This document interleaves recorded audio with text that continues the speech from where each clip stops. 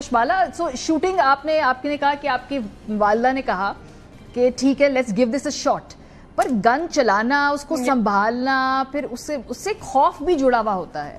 मैंने एक आध दफ़ा शूटिंग ट्राई की भी है, जाके एक किसी भी जैसे होता है शूटिंग उसके एक एरिना में, पर इसको एज अ प्रॉपर करियर या स्पोर्ट अडॉप्ट करना डिफरेंट चीज़ है। तो वो जर्नी कैसी थी, फिर उसकी ट्रेनिंग क्या होती है, कितना टाइम देना पड़ता है, पढ़ाई और ये सब साथ मैनेज करना, ये ज़रा बताएं देखने वालों को।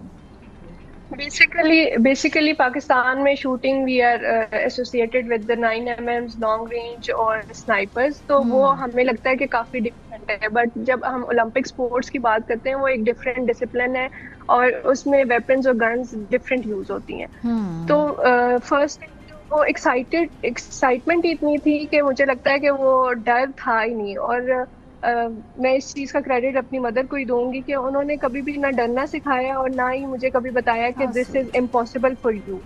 ठीक है, वो एक बैरियर ब्रेकिंग था, वो मेरी घर से ही स्टार्ट हुआ था कि मेरी मदर ने कभी भी हमेशा इसी चीज़ पे मोटिवेट किया है कि you are capable, this brain is limitless, कि आप जो सोचेंगे, जो जिस चीज़ के लिए कोशिश करेंगे वो मिल जाएगी। तो वही बात हुई कि मैंने जब एक्साइटमेंट में आके स्टार्ट की थी और बिल्कुल एक एज अ हॉबी थी। और I think so the first thing जो मेरे साथ हुई थी वो ये था कि मैं छोटी थी और मुझे राइफल और पिस्टल में से चूज करना था।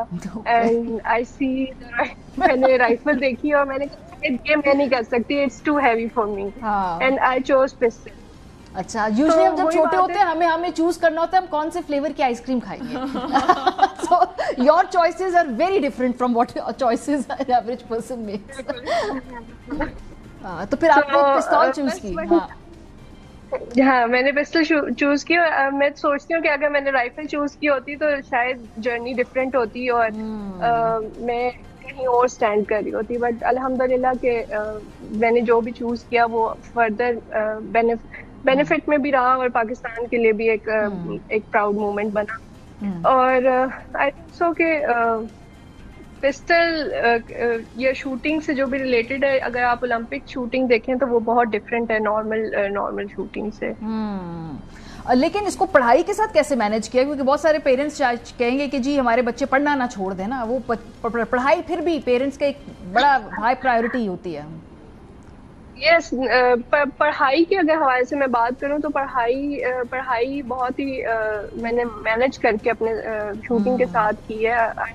BS in math communication, recently मैं ग्रेजुएट हुई हूँ और बहुत डिफिकल्ट था मेरे लिए पढ़ाई को और शूटिंग को साथ लेके चलना, क्योंकि आपके पास एक प्रोफेशनल लाइफ होती है, प्रोफेशनल स्किल्स होती हैं, आप अपनी डिग्री करते हो, आपको चूज करना होता है। बट आई थिंक सो कि ये चीज़ भी मैंने मैं कहती हूँ कि मेरे पेरेंट्स बहुत सपोर्टिव थे, मेरे सिबलिंग्स बहुत सपोर्टिव थे कि उन्होंने बाकी रिस्पॉन्सिबिलिटीज को अपने ऊपर डिवाइड किया और मुझे इतना टाइम दिया कि मैं शूटिंग कर सकूँ। और समर, फैमिली सपोर्ट आपको भी थी, क्योंकि साइकिल चलाने में ठीक है आप सड़कों पे चला लें, छोटे मोटे चला, लेकिन पहाड़ों पे जाके, ग्लेशियरों पे तो जाके चलाने से पहले माँ बाप का दिल तो थोड़ी देर के लिए धड़कता तो होगा ना, बेटा सोच लो। So my home environment was very different because it was a Pashtun household और अबू भी नहीं थे, अम्मी सिंगल पेरेंट है, तो उनको प्रेशर और खौफ भी ज़्यादा था कि कोई किडनैप कर लेगा, कोई कुछ हो जाएगा, कहीं मर जाओगी, गांव वालों को क्या कहूँगी, एक्सीडेंट ये वो। अच्छा, आ गई लोग क्या कहेंगे वाली आ गई। और सबसे पहले अच्छा पूरी ज़िंदगी साइकिल चलाओगी, साइकिल से कैसे पैसे कमाने हैं तुमने, भी कोई जॉब है। अब ये वाकई इसका तो जवाब मुझे नहीं पता, मैंने साइकिल से पैसे कैसे कमाने हैं और क्या मैंने पूरी ज़िंदगी करना है कि नहीं। इनिशियली आपको सिर्फ वो स्पार्क और पैशन होता है, इट्स एन अनसीन वर्ल्ड, जो जैसे ही आप उसमें आगे जाते हैं, कदम बढ़ाते हैं, प्रैक्टिस करते हैं, तो वो खुलता जाता है। आप सही लोगों से कनेक्ट होते हैं, आप सही प्लेटफॉर्म्स पे पहुंचते हैं, आपको सही ट्रेनिंग सेंटर्स मिलते हैं, सही कोचेस मिलते हैं, जो शुरू में नहीं थे। और पाकिस्तान में वैसे भी अगर आप if you talk about adventure sports, conventional sports का फिर भी प्लेटफॉर्म्स हैं, इंडोर फैसिलिटीज़ हैं, जिम्स हैं, स्पोर्ट्स कॉम्प्लेक्सेस हैं, उसकी एग्जिस्टेंस है। जब मैं शुरू में आई तो इवन स्पोर्ट्स ऑफिशियल्स भी एडवेंचर स्पोर्ट्स को कहते थे कि अच्छा ये तो सिर्फ घूमती फिरती है।